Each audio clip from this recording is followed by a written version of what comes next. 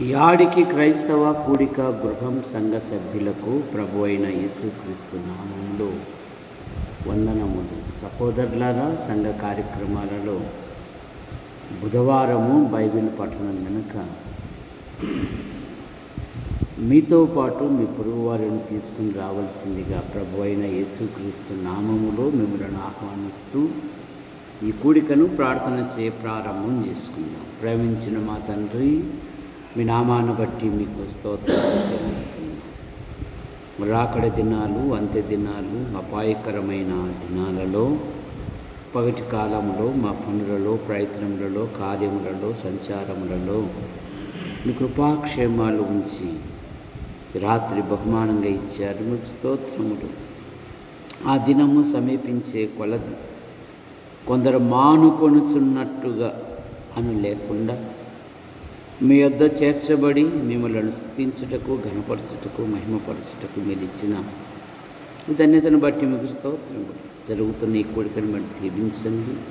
పాటల ద్వారా, వాక్యము ద్వారా మీరు మహిమ పొందమని యేసు ప్రభు నామములో ప్రార్థిస్తూ ప్రారంభం చేయుచున్నాం తండ్రి, ఆమేన్.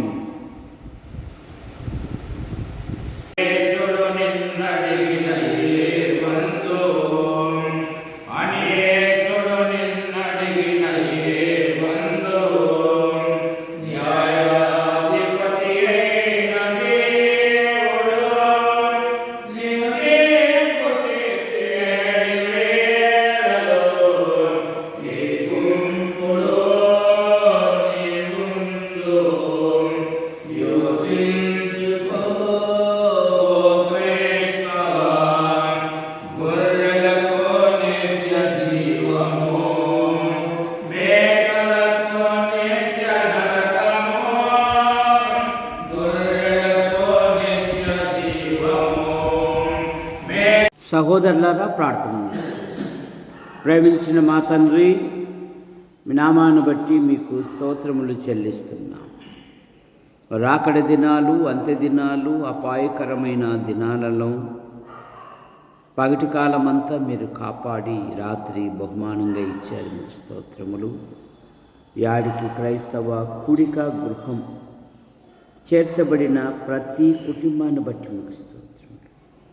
కొందరు ప్రభుత్వ శాఖల్లో, ప్రైవేటు సంస్థల్లో, మరికొందరు రాత్రింబగలి భిన్న రీతిగా ప్రయాసపడుతూ ఉన్నారు. అందులో బిషప్ డ్యూటీలో ఉన్నాడు. దీవించండి. లోడు మార్గాన్ని సరళం దయచేయండి. క్షేమంగా మీరు నడిపించని అడుగుతున్నాను. పాటల ద్వారా నేను స్తుతించుటకు, ఘనపరచుటకు, మహిమపరచుటకు మీరు ఇచ్చిన ధన్యతను బట్టి మీకు స్తోత్రములు. సంఘ కార్యక్రమాలలో బుధవారము బైబిల్ పఠనం కనుక యేసు ప్రభువా, మీ పక్షాన్ని నిలబడిన వాడు బలహీనుడు మరుగుపరచండి. నాతోనూ మాతోనూ ఎంతలో శబ్దం ద్వారా ఎందరైతే వింటున్నారు ఆకర్షించమని యేసు ప్రభు నామంలో ప్రార్థిస్తున్నాం తండ్రి, ఆమేన్. మనం గత ప్రభు దినమున మన ప్రభు అయిన యేసుక్రీస్తు వారు ఆయన నమ్మిన పిల్లల కొరకు చాలామంది సమస్యలు వచ్చినప్పుడు, ఇబ్బందులు వచ్చినప్పుడు చాలామంది దేవుని మీద అలుగుతూ ఉంటారు. దేవుడు మాకేమిచ్చాడు, మాకేమిచ్చాడు, మాకేమిచ్చాడు అని. గత ఆదివారమున మనము ధ్యానం చేశాం. ఒకటి, తన శాంతినిచ్చాడు, తన వాక్యమునిచ్చాడు, తన ప్రేమనిచ్చాడు, తన సంతోషమిచ్చాడు, తన నామమును ఇచ్చాడు, ఆదరణకర్తనిచ్చాడు, తన మహిమనిచ్చాడు అని 7 మాటలు మనం ధ్యానం చేశాం.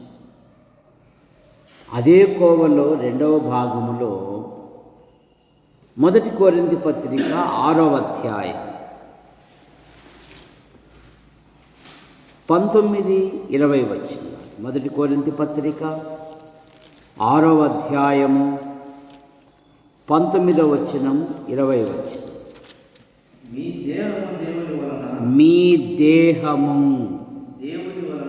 దేవుని వలన మీకు అనుగ్రహింపబడి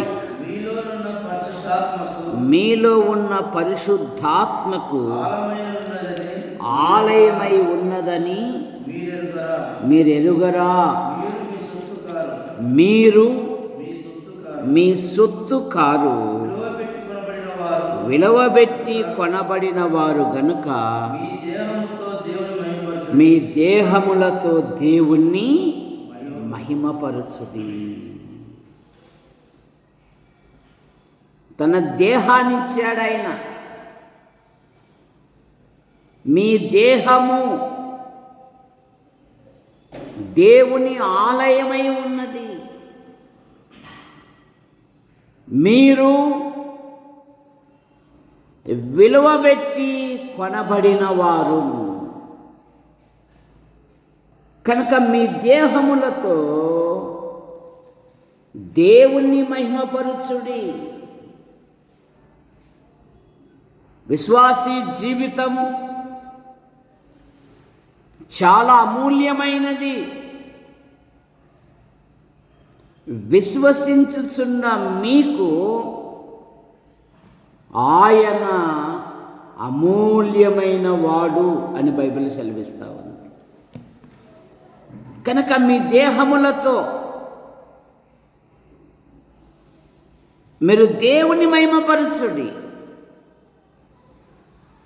చాలామంది గోడలపైన వాక్యాలు ఉన్నాయి, బీరువాలపైన వాక్యాలు ఉన్నాయి, వస్త్రాలపైన వాక్యాలు ఉన్నాయి. కానీ నీ హృదయములో దేవునికి కాసింత చోటు లేదండి. రోమాపత్రిక 1వ అధ్యాయములో వారు తమ మనస్సుల్లో దేవునికి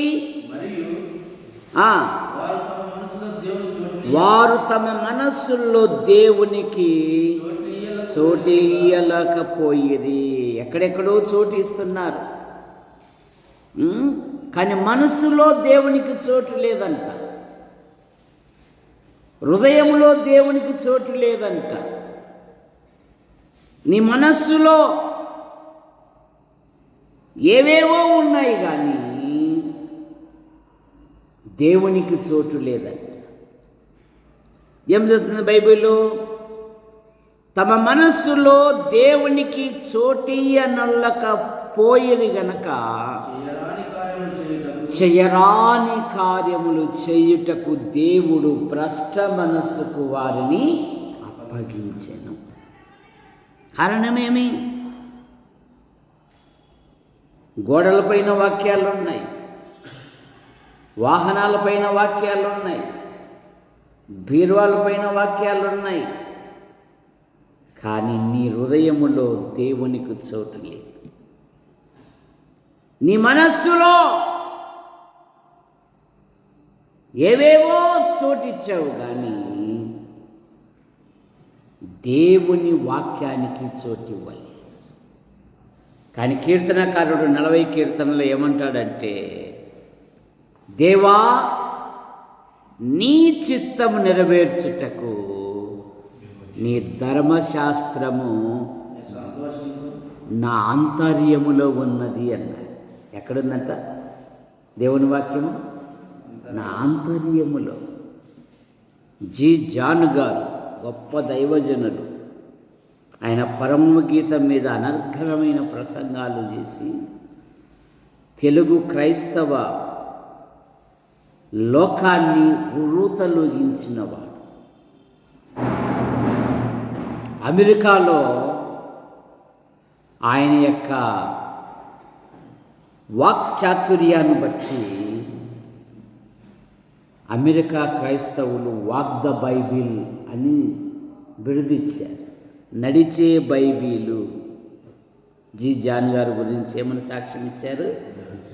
నడిచే బైబిల్. మనం మనసు ఇప్పితే లోక సంబంధమైన మాటలకు కొదవే ఉండదు, కానీ దైవ సంబంధమైన వాటికి అన్నీ కొరతలే. తమ మనస్సులో దేవునికి చోటీయనొల్లకపోయిరు గనక చేయరాని కార్యములు చేయుటకు దేవుడు భ్రష్ట మనస్సుకు వారిని అప్పగించాడు.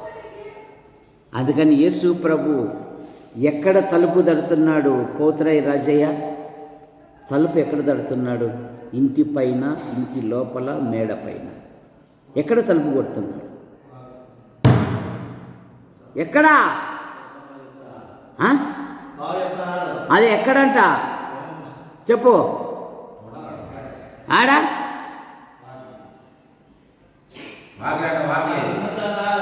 వాకిలి కన్నా అదే ఎక్కడా? హృదయమనడి తలుపు నొద్ద యేసు కదా. నీ హృదయపు వాకిలి దగ్గర తలుపు తడుతున్నాడు. నువ్వు తలుపు తీస్తే చాలంట. ఆయన నీవు ఆయన కలిసి ఏం చేస్తారంట? భోజనము చేతుము. యోహాను సువార్తలు ఏమంటాడంటే, నేనును నా తండ్రియు అతనితో సహవాసం చేసేదము అంటున్నాడు. నువ్వు తలుపు తీస్తే. దావీదుని గురించి ఏమన్నాడు దేవుడు? నా హృదయానుసారుడు. నా హృదయంలో ఏ ఆలోచనలు ఉన్నాయో దావీదులో కూడా అదే ఆలోచన. ఫీనెహాసుని గురించి ఏమన్నాడు దేవుడు? నేను ఓర్వలేని దానిని తాను ఓర్వలేకపోయాడు. ఇది భక్తుల యొక్క ఆలోచన. ఎక్కడెక్కడ కాదు నీ ఆసక్తి. ప్రభు కార్యాభివృద్ధి పట్ల ఉండాలి. ప్రభు కార్యాల పట్ల ఉండాలి. ప్రభు పనుల పట్ల ఉండాలి. ఆదివారము సంఘానికి ప్రకటన చేశాము. సంఘమంతా వచ్చి పనిచేశారు. అందును బట్టి మేము ఎంతగానో ప్రభుని స్తుతిస్తూ ఉన్నాం. ఎందుకంటే ప్రకటనకు అంతే విలువ ఇవ్వాలి. నువ్వేంటివే నువ్వు ఆడిపోతావు. నేను సినిమా నుండి జ్వరంతో పడిపోయి ఉంటే ఏ దానిలోకైతే పడిపోము. వచ్చారా? సొంత పనులకు ఉన్నంత ప్రాధాన్యత ప్రభు పనులకు ఇవ్వడం లేదుగా. దాన్ని బట్టి ప్రభు పట్ల నువ్వు ఎంత ఆత్మీయ వృద్ధిలో ఉన్నావో నీ చేష్టలు బట్టి తెలుస్తుంది. అంతే, ఒకరు చెప్పాల్సిన పనిలే. ప్రభుకు నీకు కనెక్షన్ ఎంత ఉందో, ప్రభు పట్ల కార్యాల పట్ల ఎంత ఆసక్తిగా ఉన్నావో. వారు తమ దేహములను అప్పగించి రాజాజ్ఞనే వ్యక్తపరిచిరి. మీ దేహములతో దేవుణ్ణి మహిమపరచుడి. దానియేలు గ్రంథం 3వ అధ్యాయం.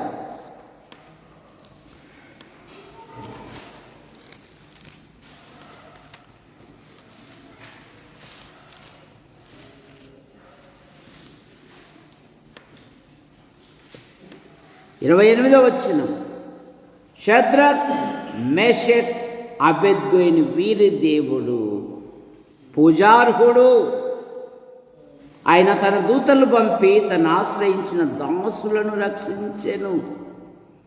వీరు తమ దేవునికి కాక మరి ఏ దేవునికి నమస్కరింపమనియు ఏ దేవునికి సేవింపక ఉందమనియు తమ దేహములను అప్పగించి రాజు ఆజ్ఞను వ్యర్థపరిచిరి. తమ దేహములతో దేవుణ్ణి మహిమపరిచారు. వాళ్ళు ఇంత మాటలు కాదు, జీవితంలో చూపిల్ల ప్రభు పట్ల నువ్వు ఏ విధంగా ఉన్నావు అనేది. మాటలు ఎన్నైనా మాట్లాడతారు, కానీ ప్రాక్టికల్ కోరుకుంటున్నాడు ప్రభు. మాటలు కాదు కావాల్సిందేది, ప్రభు పట్ల ఎంత మటుకు ఆసక్తి ఉంది అని హృదయ పరిశోధకుడు పరిశీలిస్తూ ఉంటాడు. అంతే, నీకు దేహాన్ని, సౌందర్యాన్ని ఇచ్చాడు దేవుడు. ఆ సౌందర్యంతో నీ జీవితాన్ని పాడు చేసుకోవాకు. నీకు ఇచ్చిన దేహముతో దేవుణ్ణి మహిమపరచు. నీ దేహముతో. అందుకే భక్తుడు అన్నాడు, ఏమని ప్రార్థన చేశాడు? దేవా, నా హృదయములో నీకు ఆయాసకరమైనది ఏదైనా ఉంటే తొలగించు అని ప్రార్థన చేశాడు. ఏమని ప్రార్థన చేశాడు? నా హృదయములో నీకు ఆయాసకరమైనటివి,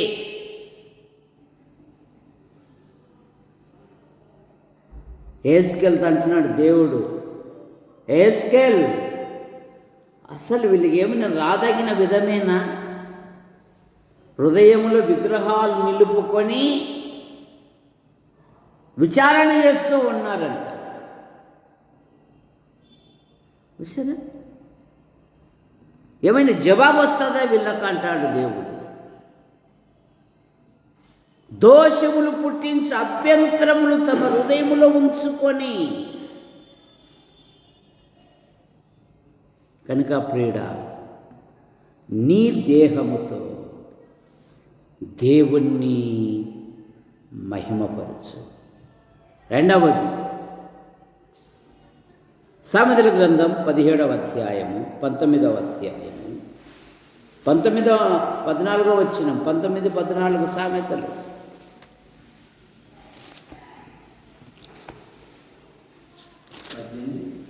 19-14 గ్రంథం 19వ అధ్యాయము 14వ వచనం. గృహమును విత్తమును పితరులిచ్చు స్వాస్థ్యము, సుబుద్ధి గల భార్య బాబా దేవుడిచ్చు బహుమానము. సుబుద్ధి గల భార్య,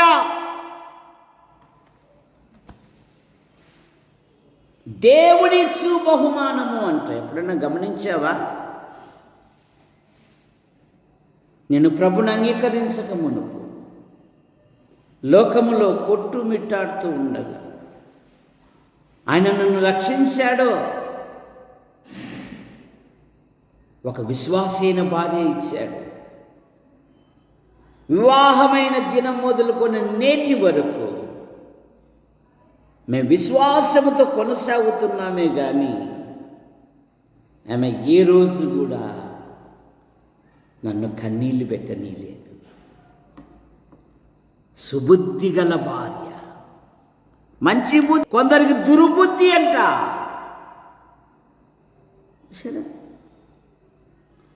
సుబుద్ధి గల భార్య యెహోవా యొక్క దానము. ఎప్పుడైనా మీ భార్యల కొరకు మీరు ప్రార్థన చేశారా? మీ భర్తల కొరకు మీరు ప్రార్థన చేశారా? పిల్లలు మీ తల్లిదండ్రుల కొరకు మీరు ప్రార్థన చేశారా? అబ్రహాం లింకన్ అన్నాడు, నా తల్లి వంటి తల్లి ప్రతి యవనస్తునికి ఉంటే ఈ ప్రపంచంలో జైలే అక్కర్లేదన్నాడు. అమెరికాకు 16వ అధ్యక్షకుడైన అబ్రహాం లింకన్ అన్నాడు తల్లిని గురించి. సుబుద్ధి గల భార్య. అయ్యా, నా కుటుంబంలో ఎన్నో ఆర్థిక సమస్యలు ఉన్నాయి, కానీ ఆమె ఏనాడు కూడా బలహీనత చూపలేదయ్యా, ప్రోత్సహించిందయ్యా, దేవుని పనికి పంపిందయ్యా. అన్ని విధాలుగా ఈరోజు ఆరోగ్యంగా ఉన్నాము అంటే ఆమెనయ్యా. ఎప్పుడైనా ఆలోచించావా? గుణవతి అయిన భార్య దొరుకుట అరుదు. అది ముత్యముల కంటే అమూల్యమైనది. రంగు రాళ్ళు ఎక్కడైనా దొరకచ్చు, కానీ గుణవతి అయిన భార్య దొరుకుట ముత్యముల కంటే అమూల్యమైనది. యోగ్యురాలు తన పెనిమిటికి కిరీటము అంట. సరే, యోగ్యురాలు తన పెనిమిటికి కిరీటం లేకపోయినా తన భార్య యోగ్యముగా జీవిస్తూ నలుగురికి తీసుకొని రాకోకుండా గుట్టుగా కుటుంబాన్ని సాఫీగా నడిపించుకొని వచ్చు సమాజ పెద్దల దగ్గర కూర్చోబెడుతుందంట ఆమె. సరే,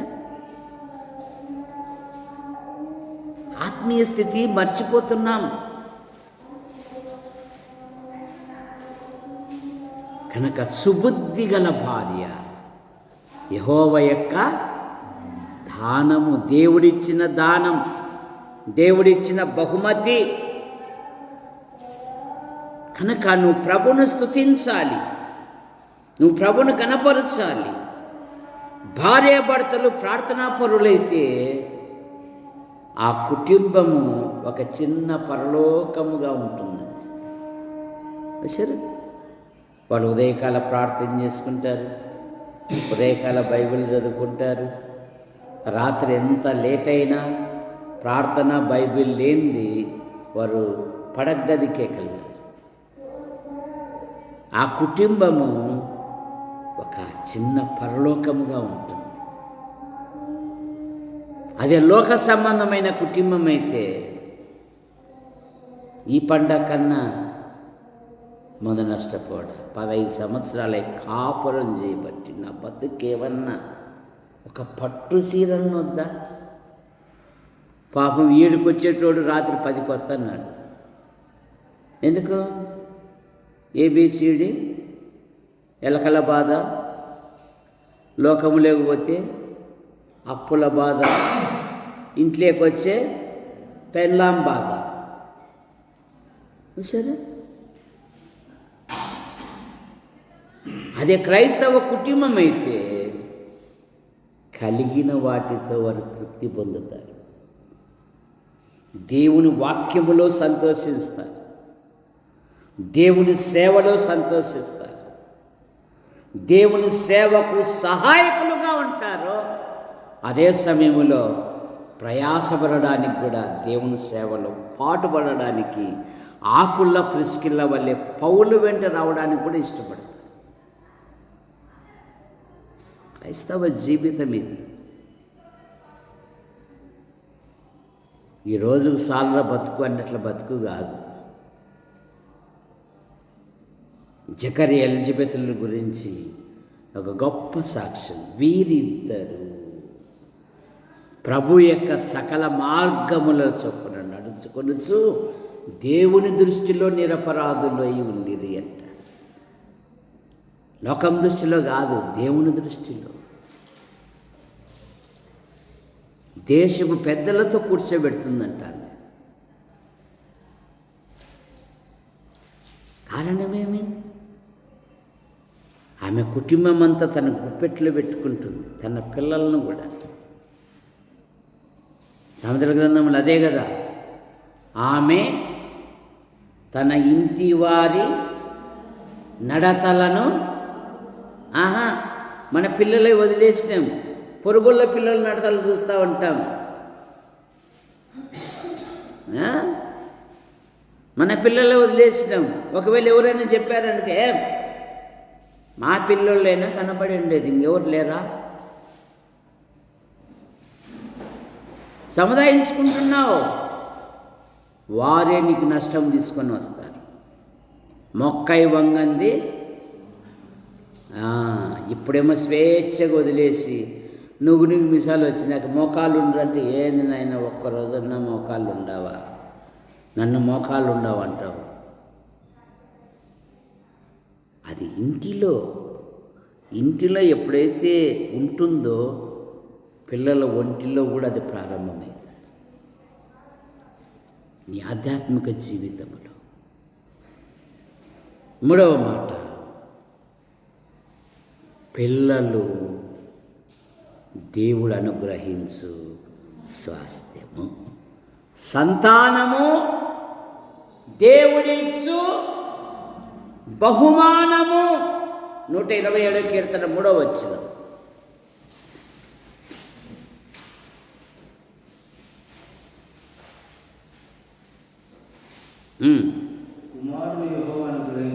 ఈ కుమారులు యెహోవా అనుగ్రహించు స్వాస్థ్యము, ఆయన ఇచ్చు బహుమానం. దేవుడు నీకు ఇచ్చిన బహుమానం. ఎక్కడ పెంచుతున్నావు? దైవిక నీడలో పెంచుతున్నావా, లోకపు నీడలో పెంచుతున్నావా? నీ పిల్లలు కార్యక్రమాలకు అయ్యో ఈరోజు బుధవారం అని సరదాగా వచ్చి ముందుగా వచ్చి మందిరం పనులలో ఏదైనా ఇవన్నీ కావంట. ఎట్లా వృద్ధి పొందుతారు? పరిచర్య లేనిదే. దేవుని నీడలో కూర్చోలేకపోయిన పిల్లలు ఎట్లా వృద్ధి లేకొస్తారు?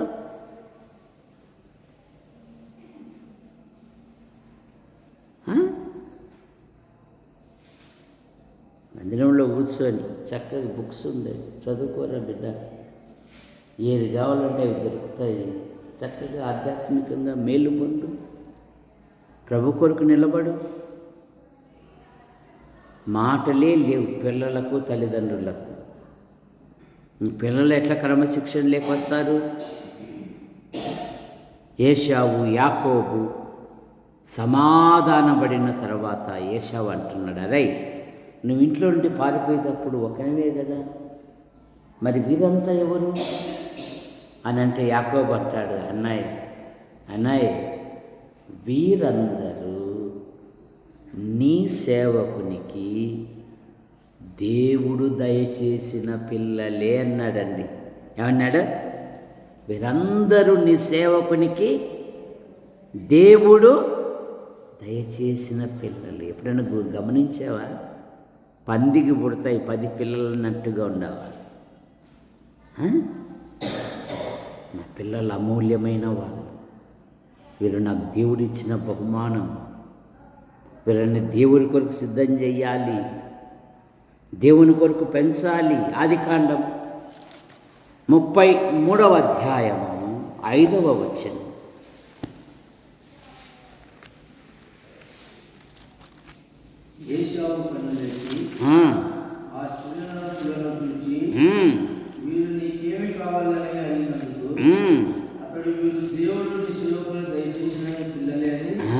దేవుడు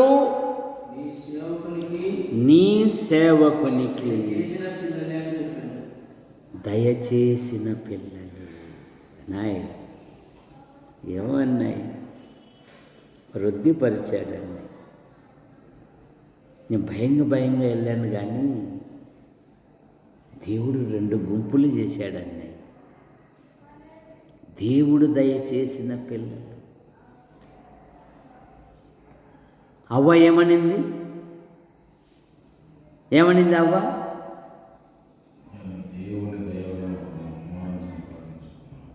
నేను దేవుని దయ వలన ఒక కుమారుని సంపాదించు.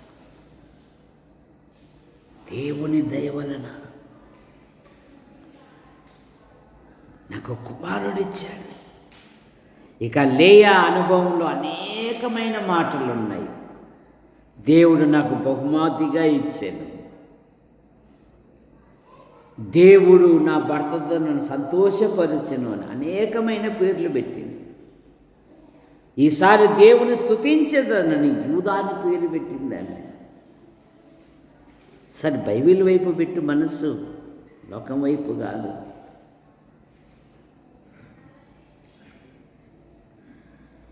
మనోహ భార్య పిల్లలు పుట్టక మునిపే వారు ఒక ప్రణాళిక కలిగి ఉన్నారు. ఎవరు? మనోహ భార్య. రాజయ్య బాబు ఎవరు వాళ్ళు? పెద్దపేటల్లో రాయలచెరువు వల్ల మీ తమ్ముడికి చెప్పడానికి ముందు ఉంటాడు, చూసుకో. ఎవరు వాళ్ళు? అబ్బాబ్బాబ్బా చల్లకు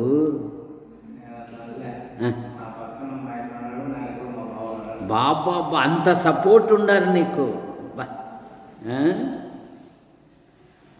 మనోహ భార్య. ఇంకా పిల్లలు భూమి మీద పుట్టలేదు, గర్భంలో పిండాకృతి కూడా కాలేదు. ఏమని ప్రార్థన చేస్తున్నారు? పుట్టబోవు ఆ బిడ్డకు మేము ఏమేమి చేయవలనో ఆ దైవజనుడు మాకు నేర్పునట్లు మరలా మాకు దయచేయని ప్రార్థన చేశారు.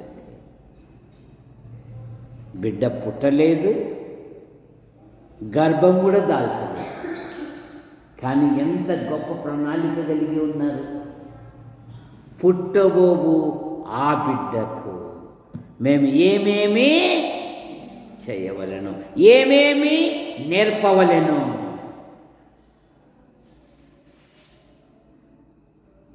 మనం మన పిల్లల పట్ల యేసు ప్రభు వారే చెప్పారు, మీ పిల్లల కొరకు కన్నీళ్లు కార్చండి అని. వారి క్షేమం కొరకు, వారి రక్షణ కొరకు, వారు మారు మనసు పొందినట్లుగా, వారు దేవునికి లోబడినట్లుగా,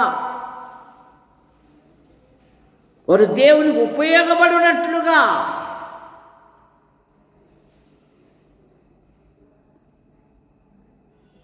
దేహాన్నిచ్చాడు, భార్యనిచ్చాడు, సంతానమునిచ్చాడు. దేవుడు నీ జీవితములో, నీ కుటుంబములో, నీ కొరకు ఎన్నో గొప్ప కార్యాలు చేశాడు నీ జీవితంలో. మొదటి సమూయేలు గ్రంథం 12వ అధ్యాయం. ఆయన మీ కొరకు ఎన్ని గొప్ప కార్యములను చేసెనో తలంచుకొని అంటాడు.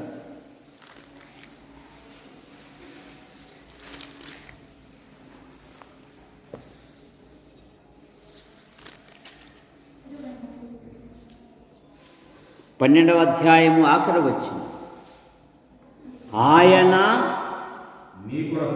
ఎన్ని గొప్ప కార్యములు చేసెనో అది మీరు తలంచుకోండి. 2 నెలల కిందట నీసు దొరై స్వామి జీవితములో ఒక గొప్ప ప్రమాదము నుండి దేవుడు తప్పించాడు. అది అనుభవించిన వానికి తెలుస్తుంది, వర్ణించేవాని కంటే.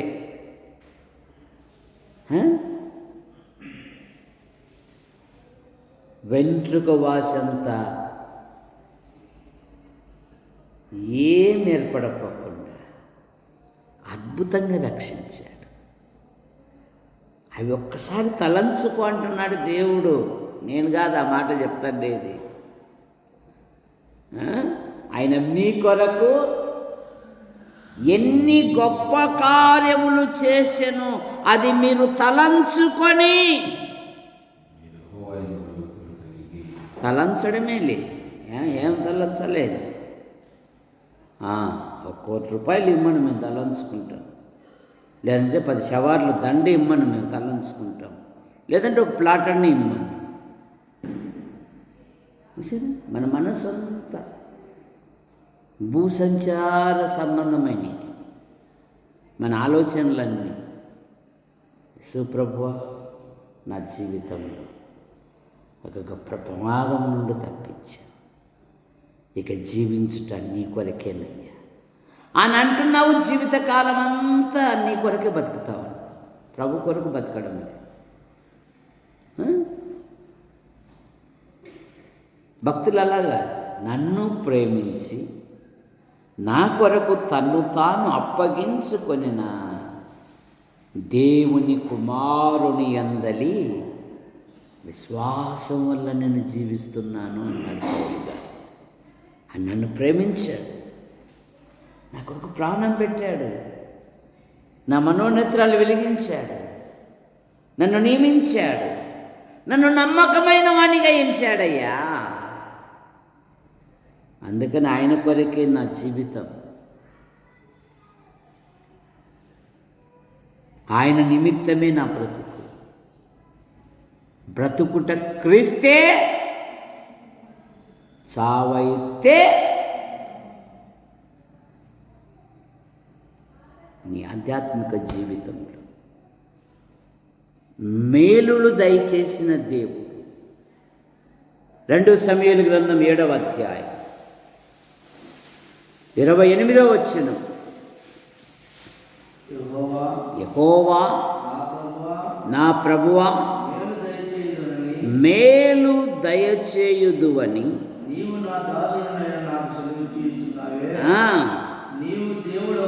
నీవు దేవుడవు, సత్యము. మేలు దయచేయుదువని నాకు వాగ్దానం ఇచ్చావుగా, నీ మాట నాకు సత్యం. యాకోబు ఏమన్నాడు? ఆదికాండం 32:10, నీవు నీ సేవకునికి నీవు చేసిన సమస్త ఉపకారములకును సమస్త సత్యమునకును నేను అపాత్రుడను. ఎట్లనగా ఒంటి కర్రతో యోర్దాను దాటి తిని ఇప్పుడు నేను 2 గుంపులయ్యా. నీవు నీ సేవకును చేసిన సమస్త ఉపకారములకును సమస్త సత్యమునకును నేను అపాత్రుడను. అవును ప్రభువా, నా ఆలోచనలు, నా చేష్టలు, నా జీవిత విధానం చూస్తే నేను ఎప్పుడో చావవలసిన వాడిని. నువ్వు దయ చూపావు, జీవమిచ్చావు, భూమి మీద బ్రతుకుటకు ఆయువు ఇచ్చావు. అందును బట్టి నీకు స్తోత్రం. ఆయన నీ కొరకు జీవించుటకు, నీ కొరకు ఏమైనా చేయుటకు నాకు సహాయం దయచేయి.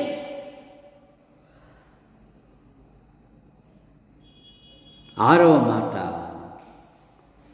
ధారాళముగా దయచేయు దేవుడు అంట. 1 తిమోతి పత్రిక 6వ అధ్యాయం 17వ వచనం. 6:17,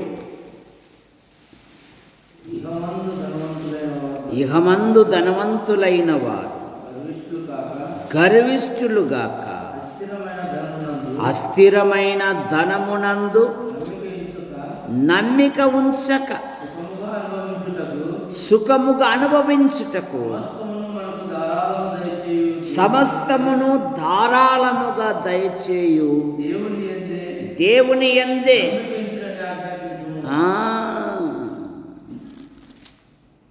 సమస్తమును ధారాళముగా దయచేసిన దేవుడు. ధనమునందు కాదు నమ్మిక.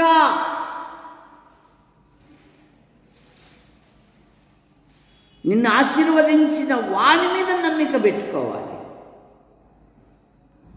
ప్రసంగి గ్రంథం 5వ అధ్యాయం 19వ వచనం. 5:19 ప్రసంగి గ్రంథం. మరియు దేవుడు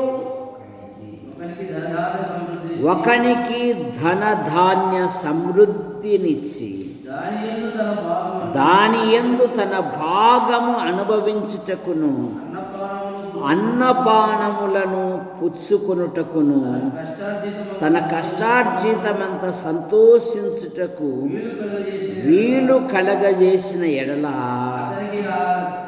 అతనికి ఆ స్థితి దేవుని వలన ఆశీర్వాదము కలిగినదని అనుకొనవలెను.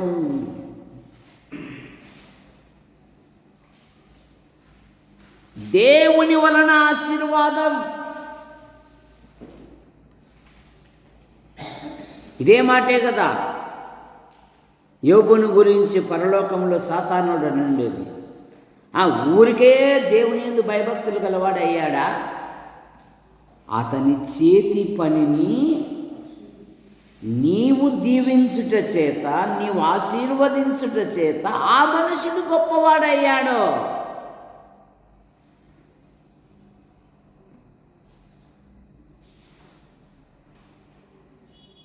నీకు ఇచ్చిన ప్రతి దానిలో ఏమనుకోవాలి? దేవుని వలన అని అనుకోవాలి. మా వలన కాదు, నా వలన కాదు, ఇది దేవుని వలన. ఇది దేవుని వలన కలిగినది. సమస్తమును ధారాళముగా దయచేయు దేవుని యందు నమ్మిక ఉంచుడి. సరే, ధారాళముగా ఇచ్చు దేవుడు. ఆయన ఎవరిని గద్దించడు అంట. ఆఖరి మాట, ఫలము దయచేయు దేవుడు. ఎబ్రీ పత్రిక 11వ అధ్యాయం 6వ వచనం. దేవుని యొద్దకు వచ్చువాడు తనకు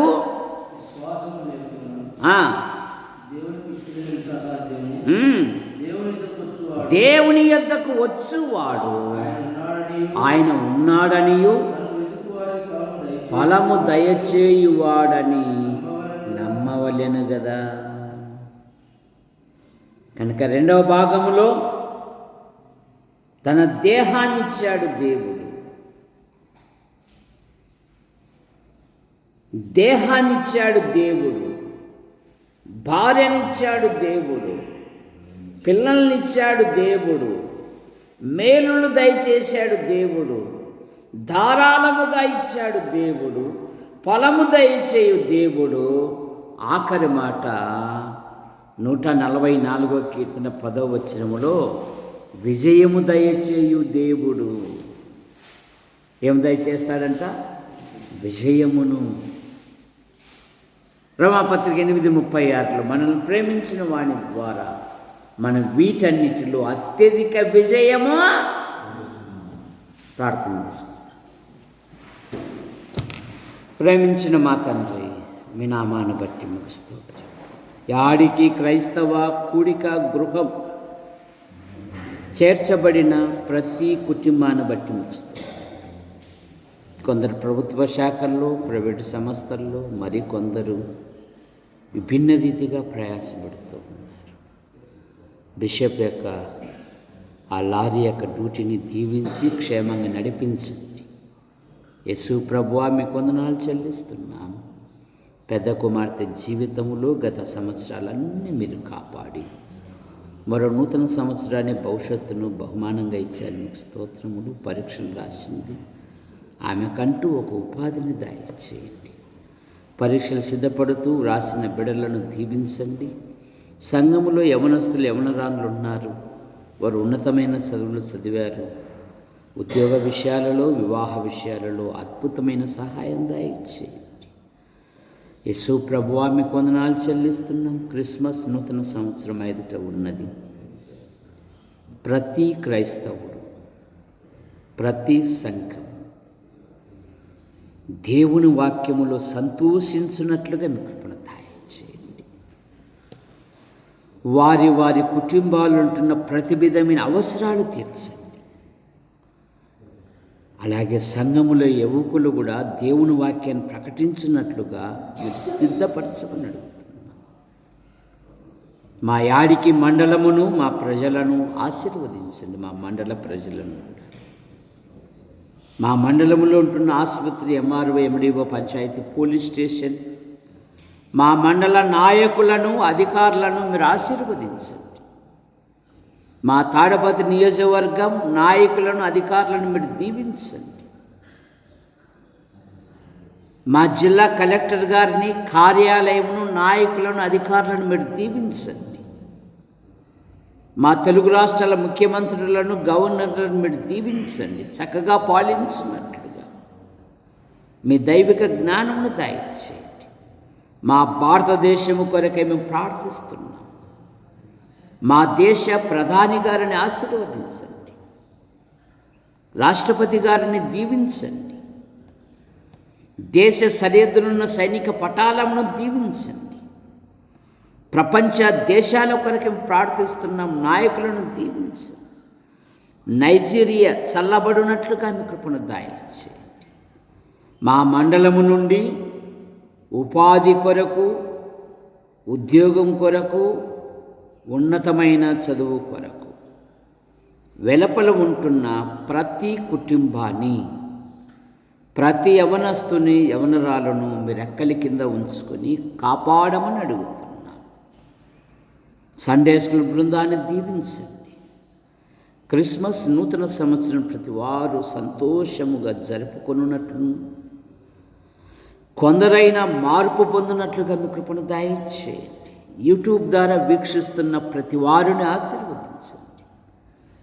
మా కొరకు ప్రార్థిస్తూ, మా అవసరాలు తీరుస్తూ, సమయాలలో మాకు సహాయపడుతున్న ప్రతి వారిని కూడా దీవించండి. 6వ తేదీ నుండి జనవరి 6 నుండి పరీక్షలు ఉన్నాయి. మీ కృపను దయచేయండి.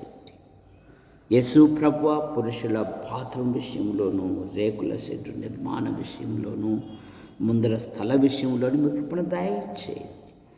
కట్టుపల్లి యోహానంకుల రాజబాయి అంటే మీ పిలుపు తీసుకున్నారు. వారి కుమారులు, వారి భార్యలు, వారి సంతానం, వారి కుమార్తెలు, వారి భర్తల, వారి సంతానం దీవించండి. కట్టుపల్లి జాన్ నెల్సన్ గారు అయిన భార్య పిల్లలను దీవించండి. ఉద్యోగ అన్వేషణలో సహాయం దయచేయండి. పాల్ గారు అయిన భార్య పిల్లలను దీవించండి. భార్య గర్భవతి సుఖప్రసవాన్ని దయచేయండి. ఆసుపత్రిని, స్టాఫ్ను, అలాగే టీవీ పరిచర్యను మీరు బలపరచండి. శ్రీరామూర్తి గారికి ఉంటున్న ప్రతి బలహీనత మీరు ముట్టి స్వస్థపరచండి. కుమార్తెలు, కుమారుని దీవించండి. ఎన్ఎం జోసెఫ్ గారు స్టంట్ వేయబడింది, మీరు ముట్టి స్వస్థపరచండి. చాపరాల పేతురు గారు బలహీనతలతో ఉన్నారు, కనికరించి ఆరోగ్యమును దయచేయండి. యేసు ప్రభువా, సుభాషకు మంచి సూపును దయచేయండి. నైనా సుదర్శనం భార్య గారికి ఆపరేషన్ అయింది, మీరు ముట్టి స్వస్థపరచండి. నైనా ప్రతి సంఘములో ప్రతి విధమైన అవసరాలు తీర్చండి. వృద్ధులు, వృద్ధురాళ్ళు, పిల్లలు, గర్భిణీలు ఈ చలి గాలుల వలన ఎవరు ఏ విధమైన బలహీనతలు గురి కానివ్వకుండా కాపాడండి. సంఘములో అనేక ఆత్మలు చేర్చబడినట్లుగా మీ కృపను దయచేయండి. ఈ రాత్రి మీరు మహిమ పొందండి. యూట్యూబ్ ద్వారా వీక్షిస్తున్న ప్రతి వారిని దీవించండి. ఆశీర్వదించు హస్తాలకు అప్పచెప్పుకుంటూ యేసు ప్రభు నామములో ప్రార్థిస్తూ బయలుదేరుతున్నాం తండ్రి. ఆమేన్. అందరికి వందనాలండి.